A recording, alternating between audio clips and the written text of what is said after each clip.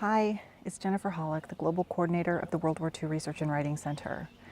I am sitting in Luxembourg right now, and if I could pan around easily, up on the top of the ridge, there is a castle, the Borscheid Castle. And it's a gorgeous morning, even though it's a bit foggy and just a little chilly. But I'm in a beautiful location, just the colors of green that are in the trees and the grass, and especially yesterday after the thunderstorm when the sun came back out. The grass is almost neon green. It's fantastic. So the 80th Division fought in this area, and in just a little while I'll be heading out to see some 80th Division sites with some American friends. And I wanted to give you just something to think about this morning. Last week I put a video out about what if we didn't judge, and I got a lot of interesting comments on that, and I wanted to expand on that just a little bit. The foundation of that video was more about this book I'm reading called The Nightingale by Kristen Hanna, and it's fiction, but it's about a woman who was in the resistance in France during World War II. And when I think about the story that's being told, and well, I said it is fiction, but things happen during war that nobody talks about. And I'm about 3/4 of the way through the book now, and the woman has admitted she never told her family after she came to America and married an American and had a son and has grandchildren about her life in the resistance.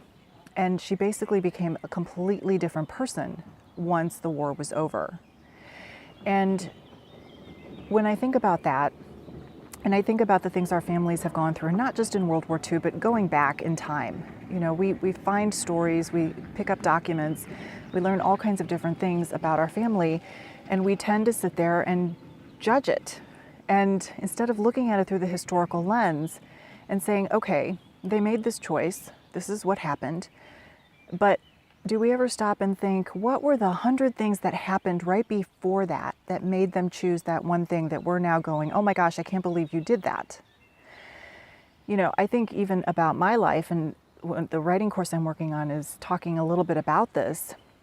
We make a lot of decisions and a lot of choices that lead up to something that our children or grandchildren or anybody else may not understand, but it's what's right for us in that moment.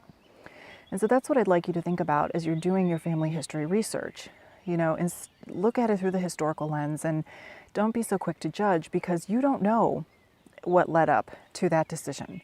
And I'm, like I said, I'm 3/4 of the way through this book, and I hope that the author explains why Isabel decided to completely change her life and shut off that whole part of her and this whole strong woman part of her, because the way she describes herself, she became this weak woman who just let her husband and son decide what was best for her.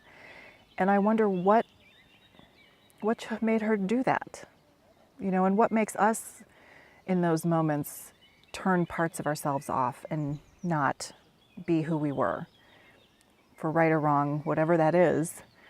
So I encourage you and challenge you as you're going through your research, and even looking at your own life, to look at those places where you've made some choices, and maybe don't judge it, but just say, okay, this is what led up to that. That's what I did. And now I'm going to choose something else. So I hope this was a contribution to you, and I would love to hear from you. And now it is time for me to get ready to go see some 80th Division sites, and maybe even the castle this afternoon. I will be shooting some more video and sharing with you as I can. Have a great day.